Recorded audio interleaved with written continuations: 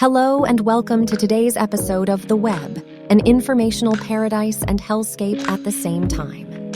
Today we will be talking about how the web has become both an informational paradise and a hellscape at the same time. The vast amount of information available at our fingertips can be both a blessing and a curse. On the one hand, we have access to a wealth of high-quality information, but on the other hand, we are also bombarded with low-quality, false, and manipulative information. The platforms that control search, such as Google and Twitter, were conceived with a business model that auctions off our most precious and limited cognitive resource, attention. These platforms work overtime to hijack our attention by presenting information that arouses curiosity, outrage, or anger. The longer our eyes stay glued to the screen, the more ads they can show us, and the greater profits accrue to their shareholders.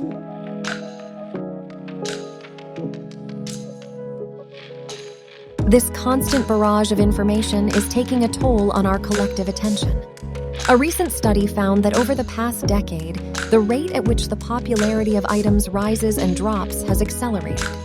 For example, in 2013, a hashtag on Twitter was popular for 17.5 hours on average, while in 2016, its popularity faded after 11.9 hours. This increased competition leads to shorter collective attention spans, which in turn leads to even fiercer competition for our attention, creating a vicious cycle. To regain control, we need cognitive strategies that help us reclaim our autonomy and protect us from the excesses, traps, and information disorders of today's attention economy. The textbook cognitive strategy is critical thinking, which is an intellectually disciplined, self-guided, and effortful process to help identify valid information. While critical thinking is immensely important, it is not enough in a world of information, overabundance, and disinformation. The digital world contains more information than the world's libraries combined, much of it coming from unvetted sources and lacking reliable indicators of trustworthiness. If we tried to critically evaluate all the information we come across, it would completely paralyze us, and we would never have time to actually read the valuable information we carefully identify.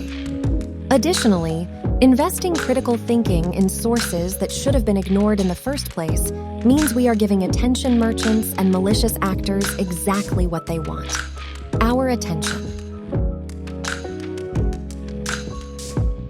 So, what tools do we have besides critical thinking?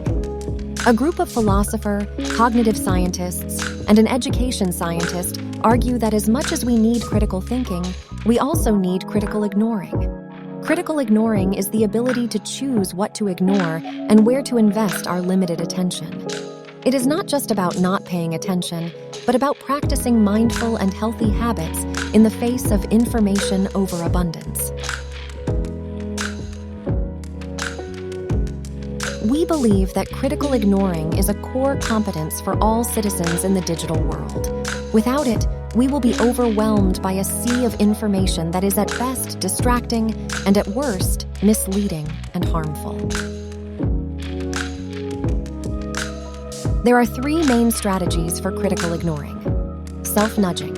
This strategy empowers people to be citizen choice architects by designing their informational environments in ways that work best for them and constrain their activities in beneficial ways.